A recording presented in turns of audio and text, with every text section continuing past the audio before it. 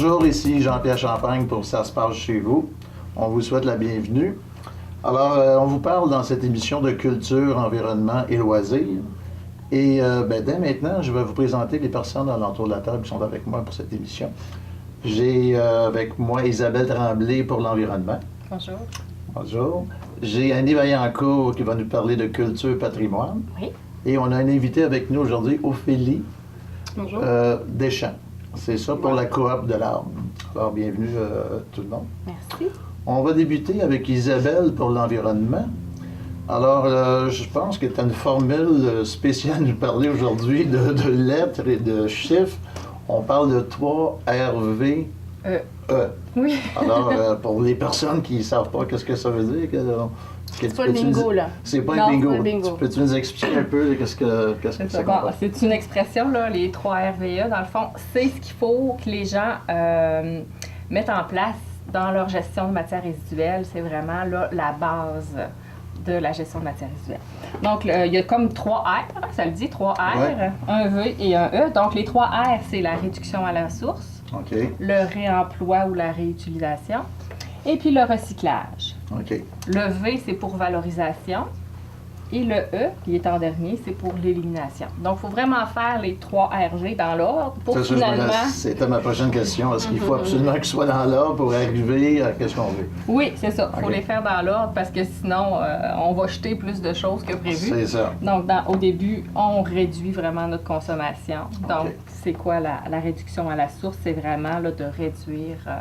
notre production de déchets en consommant moins de produits suremballés ou de n'importe quel produit, dans le fond, qu'on se dit « Ah, c'est cute, je vais l'acheter », mais tu n'en as pas de besoin finalement. Il y en a beaucoup de produits suremballés. Oui, on en voit partout. Donc, il vaut mieux acheter des gros formats. Oui, ça, c'est...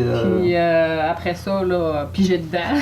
Mais si on a des gros formats, ça veut dire qu'il faut avoir à la maison des plus petits formats qu'on va être capable de transférer. C'est ça. Tu gardes les petits formats que tu vas toujours garder avec toi, puis tu achètes le plus gros format. Premièrement, c'est plus économique. Oui, c'est ça coûte moins cher. Le format familial, c'est souvent. D'accord. Et puis, tu peux les défaire chez vous. Comme si tu achètes un format familial de viande, ben tu te fais un petit paquet, puis tu t'en fais geler une partie. Mais je sais aussi, quand on parle de produits qu'on peut acheter un peu partout, comme à l'épicerie, si on parle de vrac, il y a beaucoup de produits en vrac qui sont déjà emballés. C'est que si on veut sauver sur les emballages, il y a déjà un emballage. Est-ce qu'il y a une autre façon? Ou, si tu t'en vas dans le vrac, dans une épicerie, ils sont déjà empaquetés dans des petits sacs. Ça veut dire que tu ne sauves pas vraiment des petits sacs de plastique. Là. Non, c'est sûr, mais tu sauves. Normalement, le produit serait probablement dans une boîte de carton, avec un sac de plastique. Ou, il y aurait sûrement, c'est ça, plus d'emballage dans le produit pas en vrac. Donc, tu peux acheter le vrac et le transférer dans le contenant d'origine que tu as encore ou le laisser dans le sac en plastique là, dans lequel il est vendu. Mais c'est sûr, c'est préférable d'acheter en vrac que d'acheter quand c'est vraiment plastique, carton, plastique. C'est ça. Donc, est-ce que ça change un peu au niveau des commerçants? Est-ce que de plus en plus, ils commencent à être sensibilisés à ça? Ben non, c'est pas vraiment les commerçants, c'est plus les producteurs. Ceux qui produisent ces produits-là qui les emballent de cette façon-là. Donc, c'est sûr qu'au niveau du gouvernement, Recyc Québec et tout ça, ils essayent de sensibiliser vraiment là, les producteurs. L'éducation qui se fait là, pour il y a la responsabilité élargie des producteurs. Donc, maintenant, il y a beaucoup de producteurs qui sont responsables de leurs produits jusqu'à la fin de la vie du produit. Donc, il faut qu'ils payent pour le recycler ou le récupérer à la fin. Donc, ils sont plus conscients sur le coût que ça va leur coûter. Donc, ils essayent d'en mettre le moins possible. Donc, c'est sûr que le gouvernement fait une partie là, au niveau... Parce que c'est sûr, les citoyens, nous, ce qu'on peut faire, c'est pas acheter le produit suremballé. Ça fait une pression au niveau du citoyen. Mais le gouvernement aussi met en place là, des pressions pour aider. C'est toujours surprenant d'acheter un poivron ou un piment là, emballé dans un cellophane. Oui, c'est ça, oui. Oui, je sais qu'il y a des trucs d'hygiène des fois, là, au niveau des épiceries, où c'est comme un règlement. Là. Mais c'est sûr que le vrac ou le frais pas emballé là, est préférable. C'est une éducation, en fin de compte, qui doit se faire directement aux producteurs et maintenant aussi aux consommateurs. C'est ça. Donc, si le consommateur fait sa part, après ça, ça va monter. Et sensibiliser, puis... par comprendre le tout. Donc, c'est ça. Le premier R, c'est la réduction à la source.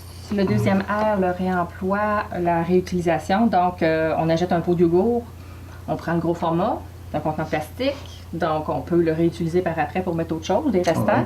Tandis que si on achète tous les petits pots, les petits pots individuels, ben, Un coup qui est vide, on ne peut rien faire avec. Oui, mais ça, c'est quand même... C'est peut-être compliqué quand même, parce que je vois déjà là, la mère de famille avec les enfants qui dit « je jette le gros pot », mais pour moi, c'est compliqué, c'est comme plus facile, peut-être des fois que le monde... Oui, bien c'est sûr pour les lunchs, mais ça, j'en ai parlé tantôt, ouais, de la boîte à lunch écologique. Je vois t'en porter beaucoup. C'est ça, mais tu sais, ça revient moins cher de toute façon d'acheter le gros format. Oui. Puis, ben, quand c'est pour manger directement à la maison, ben là, on est dans des plats de toute façon. Ça, c'est pas pour les lunchs, ben là, c'est un autre système, mais c'est préférable d'acheter vraiment les gros formats. On peut réutiliser les contenants. OK. Donc... Les produits jetables, là, je pense que ça fait un peu partie de ça. Il y en a beaucoup quand même encore aujourd'hui, des produits jetables. Si on parle juste d'électronique, c'est déjà un des problèmes majeurs parce que maintenant, ils font des produits qui ont une durée de vie de 2-3 ans, puis tu n'aurais comme pas le choix de réutiliser, il faut que tu en achètes un autre. C'est quelque chose qui va peut-être un jour...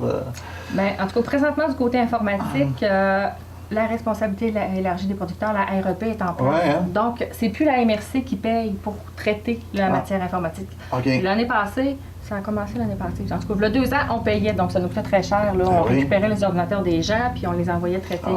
Maintenant, c'est vraiment les producteurs qui payent pour ça. Donc, ils n'auront pas le choix. À un moment donné, ils vont comprendre que c'est ça. C'est le fun de faire des produits, mais s'il faut qu'ils gèrent l'ordinateur en fin de vie, ils vont peut-être essayer de faire quelque chose de plus, de plus résistant, qui dure plus longtemps. Mais c'est sûr que ça bouge assez vite du côté informatique. C'est toujours une question d'argent, de marketing, d'en revendre d'autres après une couple d'années, c'est pas plus facile. Puis nous, en tant que citoyens, tous nos bébelles électroniques qui ne fonctionnent plus, on les envoie à l'éco-centre. Oui, c'est ça. Nous, on ramasse tout ce qui est électronique là, à l'éco-centre et puis on s'organise pour que ça aille dans la bonne filière. Merci. Le monde est sensibilisé un peu. Est-ce que tu penses que de plus en plus le citoyen... des télévisions, ça s'en va pas dans les poubelles. Avec les nouvelles écrans plats. Oui.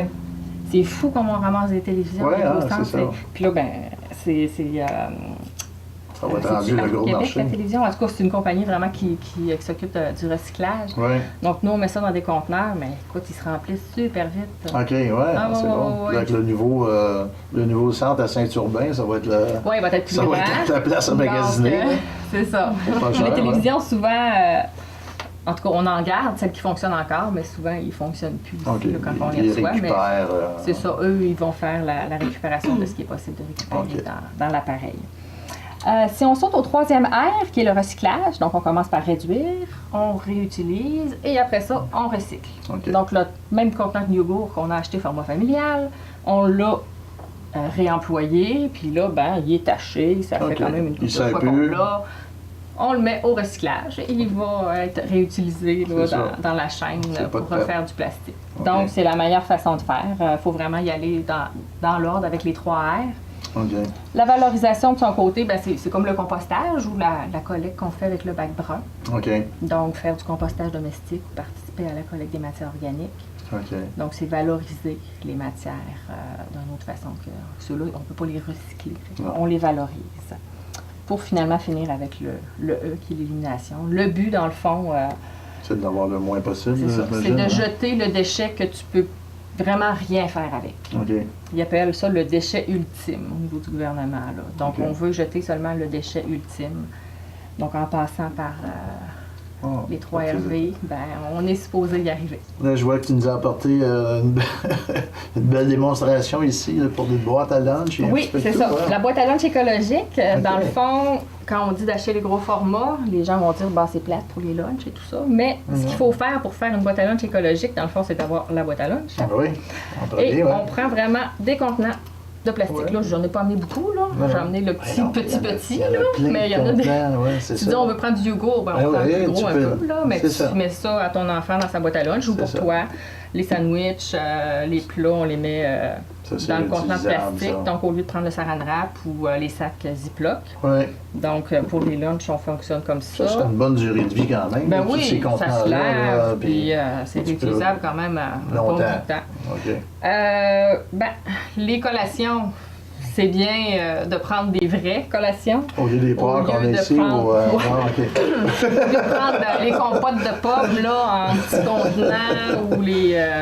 T'en as maintenant en genre de petites bouteilles en... Oui. oui.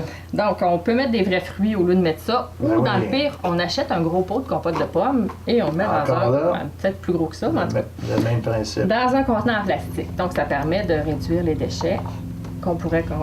Mais c'est difficile, hein, parce que la publicité n'est pas faite dans ce sens-là. Je pensais, Non, c'est ça. par exemple, aux petits ficellos, les Ouais, ballons de fromage. c'est Donc, ça. je pense pas que l'emballage plastique soit recyclable, hein, tel que tu nous l'avais déjà expliqué. Il fallait que ce soit vraiment un contenant. Donc, c'est difficile parce que la publicité, au C'est ça. contraire, te dit Le c'est super dans le marketing, lunch. Là. Ah oui, tout ce qui est nouveau, là, c'est tous des trucs souvent qui sont pas écologiques. Là, Et qui se la jette. genre de mop à toilette, là, brosse à toilette que tu pèses sur le piton, puis à part, tu sais, tu fais comme changer à chaque fois le bout, là. OK, ouais, OK. Tu sais, c'est comme, ça donne quoi d'acheter ça? T'en as une à durer plusieurs années, là, tu sais, tu laves ta toilette et...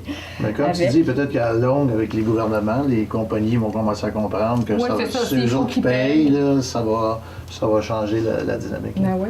Puis pour les breuvages, ben, au lieu d'acheter des petites boîtes de jus, Ouais. on achète une grosse boîte de jus, un gros contenant. Un gros contenant quand Et tu on le met transfères. dans des petits contenants comme ça. Ah, Donc, c'est bien ça. c'est réutilisable, il n'y a aucun problème. Et j'ai aussi des super napperons. Ah, des super. Hein? Au lieu bons. d'envoyer un lunch avec rien, puis que l'enfant Ok. prend un essuie-tout ou Ouais, quelque ouais. chose pour manger qu'il jette après, ben, OK. Quelque chose il y qui a est des napperons, lavable. c'est ça. Vous pouvez le laver. Puis il y en a spécialement fait pour ça. Là. Ils ont C'est ça, des je voulais dire, il y a une zippers. petite pochette, là, pour Et là, on met des ustensiles réutilisables. Oui. Même en plastique, on peut les réutiliser plusieurs Ah, fois. ouais. Puis j'en ai un autre modèle ici, là, Ah, sur mais la c'est bien, table. ça. là, C'est la c'est- première fois que je vois ça avec c'est ça, la petite c'est- pochette, là, en fin de compte. Ah, ici, Celui-là, ben, ouais, c'est moins différent, pratique là. un petit peu, là, Ça, je peux peut-être mais le montrer, je sais pas si la caméra le voit bien, là. Bien sûr, on écrit le nom de nos enfants sur tout, Oui, c'est ça. parce que sinon, Oui. ça va être Donc, tu as trois une fois maman? par semaine. Pas encore, mais je me souviens. Ouais. oui. Ah, ben, c'est bien, ça. Donc, c'est Fait que super on n'a pas de pratique. raison, hein, on n'a Ben pas non, de- c'est ça. Fait que ça, tu ramènes ça à la maison. Quand il est sale, tu le laves. Les ustensiles sont dedans. Puis ça, est-ce que, ben ça ici, je sais que dans plusieurs magasins, on peut trouver ça, là, mais ça, est-ce que c'est des endroits spécifiques, spécialisés, que tu vas trouver des Bonne petits napperons question. comme ça? Non? Probablement qu'ils en vendent un peu partout. Là. OK, moi, je J'ai magasine pas pour ça, pas, mais des fois, dans le fond, mais je veux dire, c'est peut-être quelque chose qu'on C'est des qu'on cadeaux peut que voir. j'ai eus, donc Ah. je ne sais pas précisément où est-ce que ça a été acheté, mais c'est un beau cadeau à Un beau donner. cadeau, ben oui. Puis Ça t'en fait de la présentation en plus. Ben oui, c'est ça. Là, on a quelque chose qui s'en vient le 22 avril. Oui, donc c'est le jour de la Terre, le 22 Le jour avril. de la Terre. Bon. Donc c'est une bonne journée pour débuter, OK. faire des Une résolution, je commence le 22 avril. C'est ça. Ça, c'est bon, ça. Donc, une comme autre résolution pour Un toi, autre. Jean-Pierre. Hey, là, moi, j'arrête plus là, depuis que je fais cette émission-là, des Écoute, la résolutions. là. saison de Ça se passe chez vous va avoir Ouais. été extraordinaire Ah. pour toi. Un nouveau Jean-Pierre complètement Oui, changé. c'est ça. Donc c'est une journée dans le Bon. fond pour que les gens se disent, bon, aujourd'hui, je fais un effort particulier et je peux faire cet effort-là aussi tout le Ça, long c'est de le l'année par la message. suite. C'est le message que tu ferais à la caméra, dire à partir de cette année, le 22, on se prend en main, tout le monde participe. C'est un ça. peu ça, dans le fond. Hein? Oh, Ah, oui. ben, c'est une bonne affaire. Bon. Puis là, je pense aussi que tu as des petits rappels à nous faire là, pour Oui. l'approche de l'été. On en a parlé peut-être la dernière émission, là, mais C'est toujours bon de... d'en parler reparler. encore. Là. C'est ça, dans le fond, c'est les éco-centres. On va ouvrir, on tombe sur l'horaire d'été. Donc, C'est très bientôt, Saint-Urbain, là. il Ouais. ouvrait aujourd'hui sur Oh, c'est l'horaire aujourd'hui? d'été. Oui. Oh my God. Donc, l'éco-centre de Saint-Urbain, c'est du lundi au samedi, OK. de 9h à 16h45. Pas oublier que non. Quand il y a des congés fériés, c'est fermé. OK. Donc, il faut vraiment y penser, là, de ne pas y aller une journée fériée. Mais sinon, c'est ouvert du C'est lundi au ouvert. samedi. L'éco-centre de l'île aux Coudes va être ouvert à partir du 14 avril. OK. Donc, ça s'en vient aussi. 2 Les semaines. mardis et samedis de 9h à 16h45. Puis l'éco-centre Baie-Saint-Paul-Petite-Rivière, mais c'est à partir du 1er mai. Donc, les gens peuvent commencer à faire leur ménage. C'est ça, et, se préparer. c'est ça s'en vient. Puis celui de Saint-Urbain, que je te parlais tantôt, là, les rénovations ça, ont La commencé construction ou du bâtiment, pas encore. pas encore? Ça va se faire durant l'été? Oui, c'est ça. Ça va commencer probablement là, printemps-été. Là, OK. Donc, OK. on est allé en appel d'offres pour le bâtiment. Là, il reste des petites choses à régler. Là, J'ai déjà hâte de les magasiner. Là. Oui, hein? Nous autres aussi, on a hâte que ça soit prête. Et puis, j'avais aussi un petit rappel pour la collecte des matières organiques qu'à partir du mois de mai, ça va être à toutes les semaines, Ah, de mai à octobre. OK. Donc, en avril, là, il y a 2 collectes. Puis en mai, ça va être à toutes les semaines. Donc, j'invite vraiment les gens à participer là, cette année. Là. Justement, à partir du 22 avril, le jour de la Terre, on se dit C'est bon. tout le monde ça, utilise tu son mets bac brun. moins ça table puis que ça commence. Là. eh ouais, réveillons-nous. On va demander au fabrique de sonner les cloches aussi pour C'est ça. marquer le coup. C'est ça. Ouais, c'est bon, Donc, ça. c'est ça. Ça a fait le tour pas mal. ouais. Bon, ben, je te remercie beaucoup de ces informations-là. On va aller à une petite pause et on va vous revenir dans pas longtemps avec la coop de l'arbre avec Ophélie.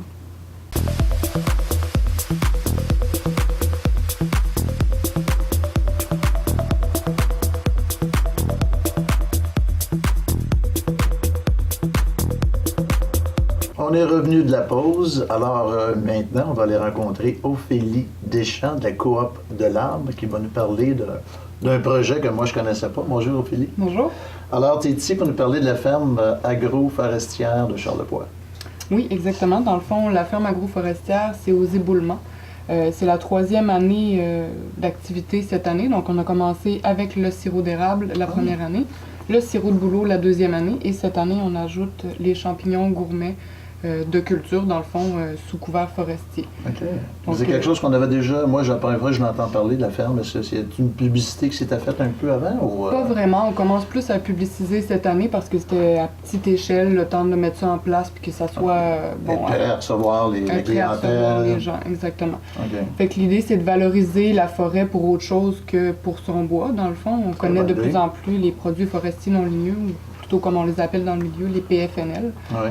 Donc ça, c'est une autre façon de voir l'écosystème forestier, que ça peut être un débouché forestier intéressant, même économiquement rentable, mais pour autre chose que le bois, en laissant la forêt debout, finalement. C'est une bonne éducation pour beaucoup de monde qui ne connaissent pas les produits, puis qu'est-ce qu'on peut faire avec l'environnement aussi, dans un sens. Oui, en effet, puis les possibilités sont infinies. Là, la forêt boréale, c'est extrêmement riche.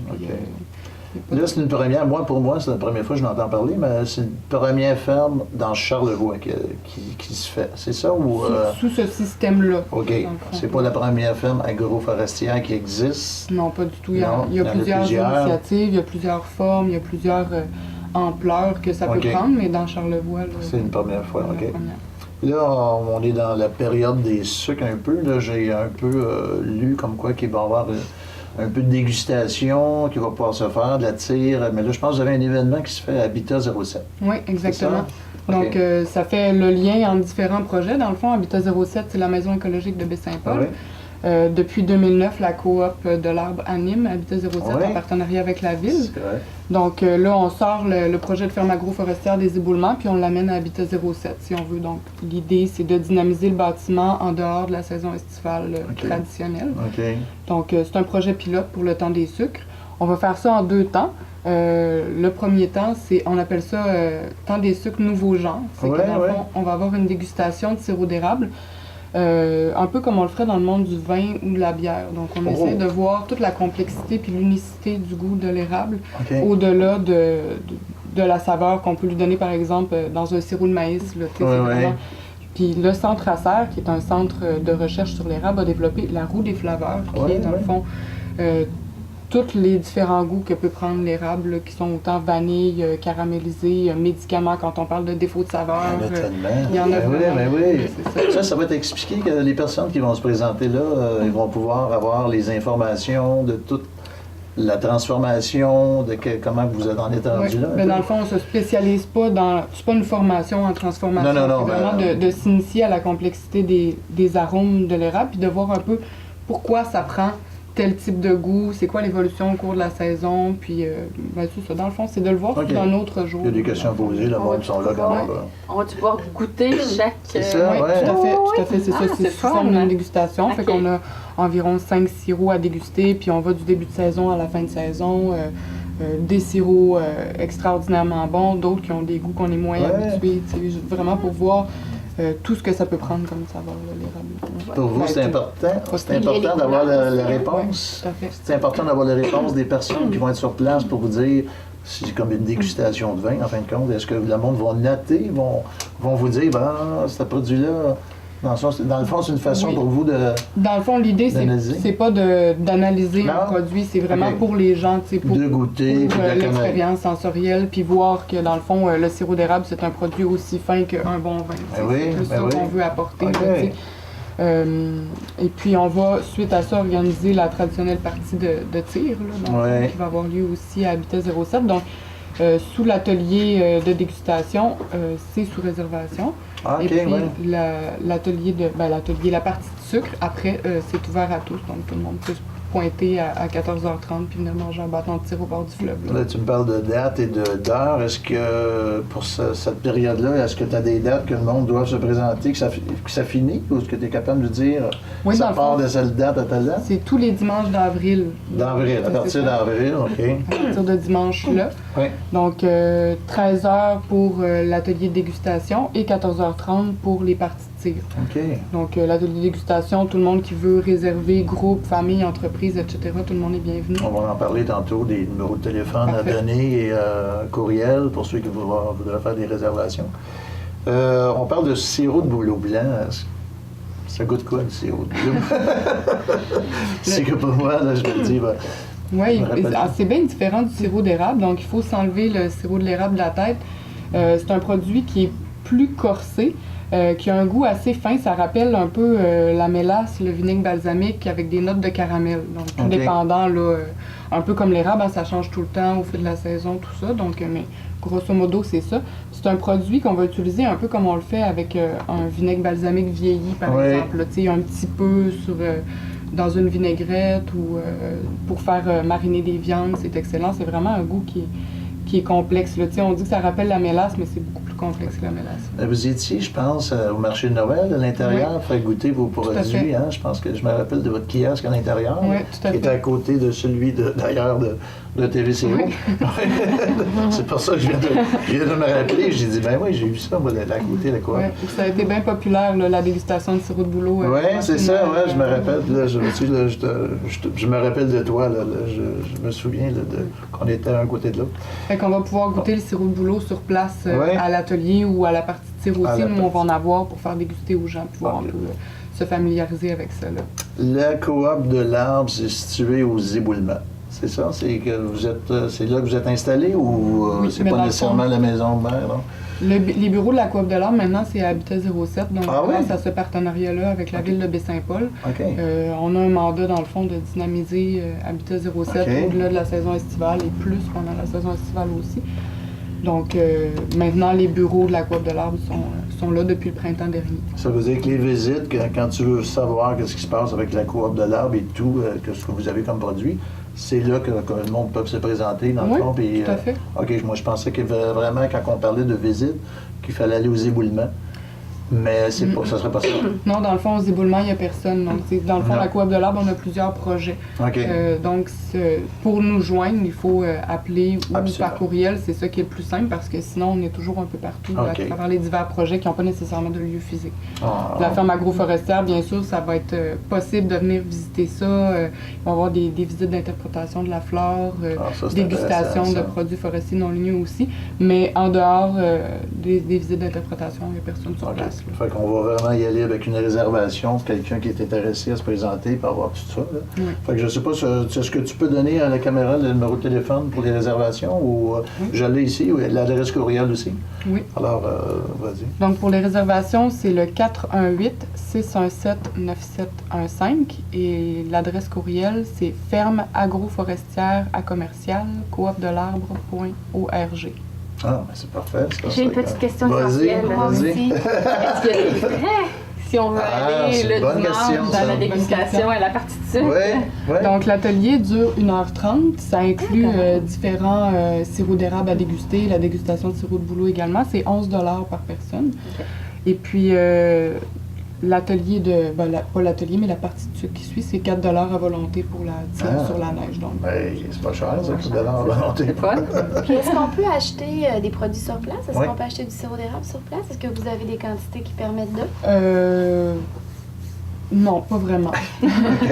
Ben oui, tu sais, dans le fond, mais là, on n'a pas encore commencé la saison de cette année, là, tu sais, fait que quand ça va couler puis tout, là, on va avoir des choses à vendre, mais disons pour dimanche, là, ça sera pas possible.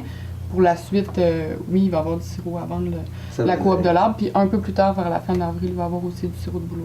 Fait que si jamais, comme Annie a dit, si jamais il y a des personnes qui sont intéressées, ont aimé les produits, ils vous laissent les coordonnées, puis j'imagine que vous allez contacter par après s'ils veulent l'acheter ou vous dites... Oui, c'est ça. Dans l'idée où, tu sais, Habitat 07, c'est pas un comptoir de vente de la coop de l'Arbre, là, tu sais, sauf que c'est sûr que les gens qui viennent aux activités nous contactent, puis là, on peut... Parfait. à partir de la 2e semaine d'avril, on va avoir des produits à vendre. Parfait. C'est bon. OK, ben c'est bon. En tout cas, moi, ça a fait le tour. Je ne sais pas si tu avais d'autres choses à rajouter pour la ferme ou... Non, ça faisait le tour. C'est bien, ça a fait le tour. Bon, on te remercie beaucoup de ta visite. Ça me fait plaisir. On va vous souhaiter un bon succès. On va inviter tout le monde à se présenter au mois d'avril, justement les fins de semaine. Ça va être bientôt. Vous viendrez avec l'équipe de TVCO. Ben oui, on va se présenter. On va connaître vos bons produits. On va aller à une courte pause, puis on vous revient dans pas longtemps avec Annie Vaillancourt.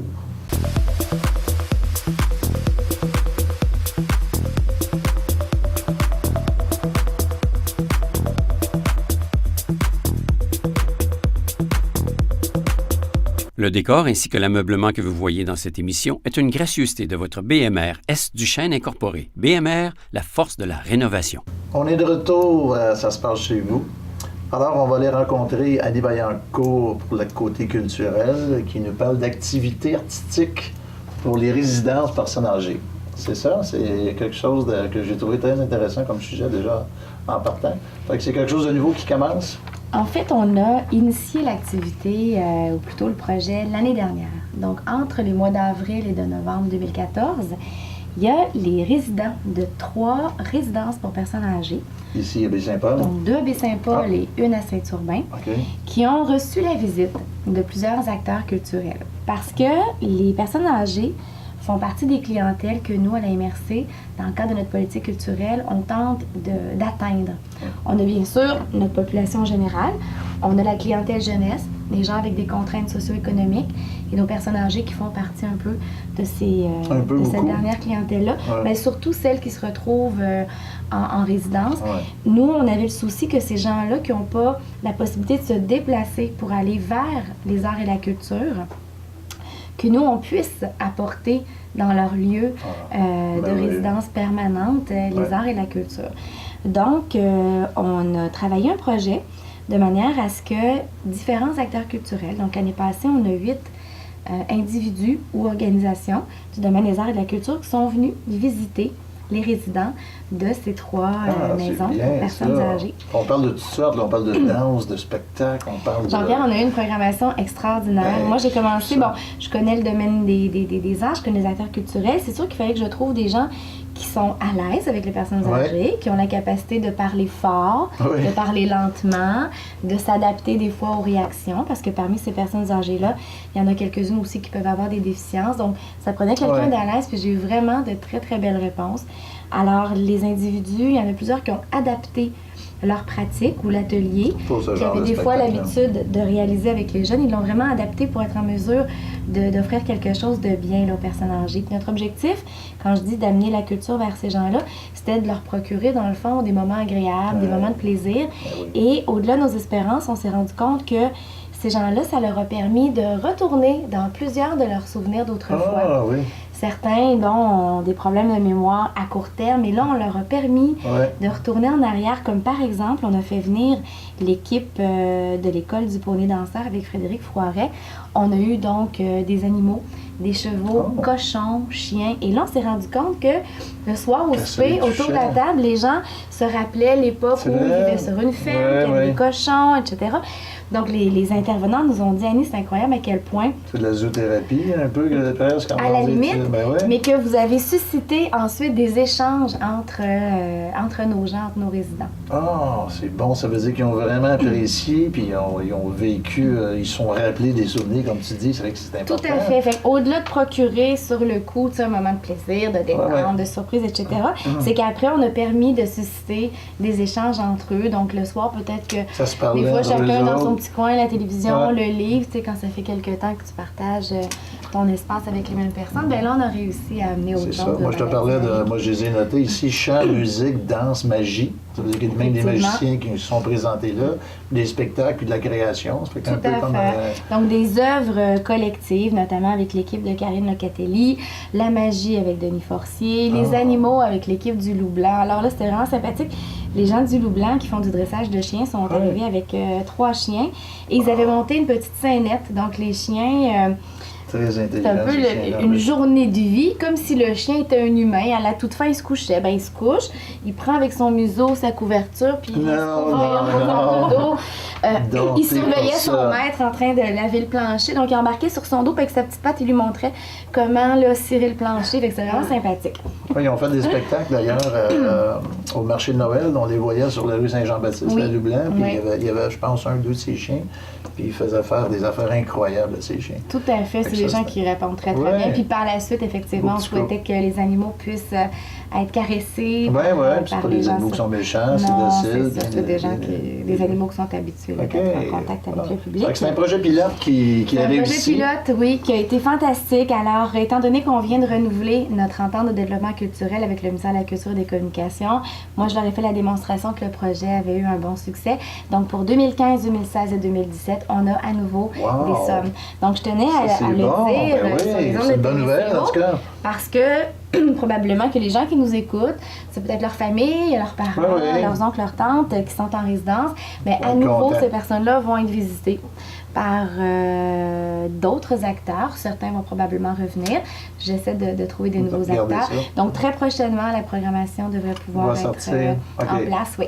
Puis je me demandais si, avec tous les acteurs que vous avez engagés, est-ce qu'il y a peut-être une discipline que le monde a plus préférée? Est-ce que vous avez fait un genre de petit sondage, savoir si vous y étiez plus réceptif à aller vers le chant, plus réceptif pour la danse? Est-ce que vous n'avez pas de...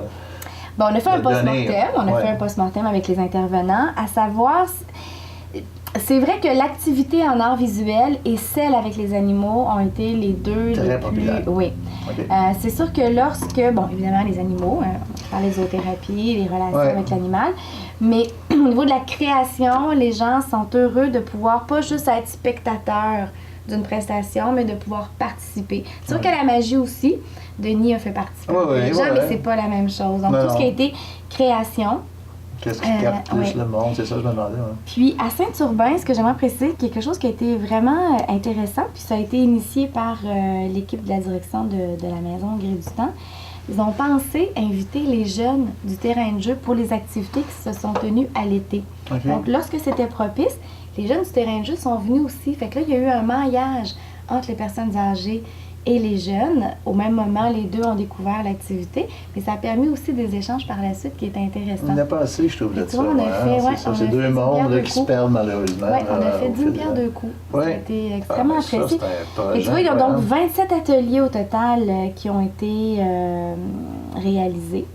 Il y a 78 résidents directement qui ont été touchés, mais plusieurs fois durant la saison. C'était pas juste une fois, non, on en a 33 au centre hospitalier, 33 au centre Pierre-Dupré et 11 à la résidence au Gré du Temps de Saint-Urbain. Okay. Donc, c'est 78 personnes qui, à 8 reprises, ont pu prendre part ou assister à des activités ou des ateliers. Ça, c'est l'initiative de la MRC ici là, qui a décidé de lancer ce projet-là puis de dire Puis il n'y a rien qui s'était fait avant, c'est pas quelque chose qui existait, il y a plein d'activités qui se font dans les résidences. C'est que les résidences ont quelquefois, sont dotées de petits budgets. Et ces gens-là, les intervenants, prennent l'initiative, mais surtout pour des moments tels que la période des fêtes ou autre, d'inviter un acteur culturel. Mais disons que le budget n'était pas le même que celui dont moi j'ai pu bénéficier. Alors là, d'avoir vraiment une programmation et de venir à 8 reprises entre avril et novembre rencontrer les gens, ça s'était jamais fait. Ça, c'est vraiment quelque chose de bien, ça. Ça s'était jamais fait. Puis, je suis dans un regroupement d'agents culturels aussi à travers quelques régions du Québec, puis il y a effectivement peu d'initiatives dans ce genre-là. Mais j'espère que c'est quelque chose qui va rester, là. J'espère que les budgets vont rester, puis que ça va être apprécié, puis que ça va se parler, dans le fond. Pour les 3 prochaines années, je donne la possibilité. Ouais. Ah, ben tant mieux. On est très contents. D'autres foyers de personnes âgées qui peuvent avoir accès à ces activités-là? Parce que là, tu as dit 2 Baie-Saint-Paul, 1 à Saint-Urbain. C'est juste les publics? C'est ça, c'est que pour le départ, on a un budget intéressant, mais on n'a pas non plus des millions. Donc, il a fallu cibler. Alors, on a ciblé effectivement les lieux là, à caractère public. Là. Okay. Donc, comme notre première clientèle, c'était la personne qui, des fois, peut avoir peut-être des contraintes socio-économiques, on s'est dirigé vers ces maisons-là. Il y a une autre maison pour personnes âgées là, qui est dans notre mire. Je ne peux pas la confirmer tout de suite parce que rien n'est établi encore, mais on a une autre maison pour personnes âgées là, chez qui on souhaite. C'est sûr que ça va se parler, ça va faire des jaloux. Là, oui, Tout le monde entend parler. Si c'est le cas, on pourra peut-être bonifier nos budgets avec des partenaires privés. Des entreprises qui auraient à cœur là, dans leur mission de pouvoir aussi, c'est ça, collaborer puis soutenir le projet. Donc, moi, je trouve ça merveilleux comme projet. Ça a été vraiment quelque chose de fantastique. Puis, j'ai vu, moi je suis allée pour toutes les représentations, j'ai vu des personnes âgées pleurer tellement elles étaient ça doit être heureuses. Fait qu'effectivement, je pense que c'est important de préserver et je me suis pas gênée de le mettre dans mon rapport. J'espère, comme on dit, que ça va faire boule de neige aussi pour d'autres personnes qui veulent s'impliquer peut-être pour des événements comme ça. Moi, je trouve ça tellement important. Et de l'annoncer comme ça dans le cadre de l'émission, je me dis que les gens qui reçoivent l'information, qui ont des parents qui sont hébergés dans ces lieux de résidence-là, pourront peut-être entendre des lieux, faire du pouce sur notre projet pour nous permettre d'aller plus loin peut-être aussi. Juste, ça prenait juste l'étincelle pour partir, tout ça, puis peut-être continuer ça par après. C'est un projet merveilleux. Est-ce que tu avais d'autres informations? Voilà, en fait, la programmation sera mise en place prochainement, donc je vais la partager on va la voir sur Internet. Alors, c'est tout ce qu'on avait pour vous cette semaine. On vous remercie d'avoir été avec nous. Je remercie mes collaboratrices avec moi et notre invité Ophélie de Cohorte de l'Arbre. Alors, on vous dit à très bientôt.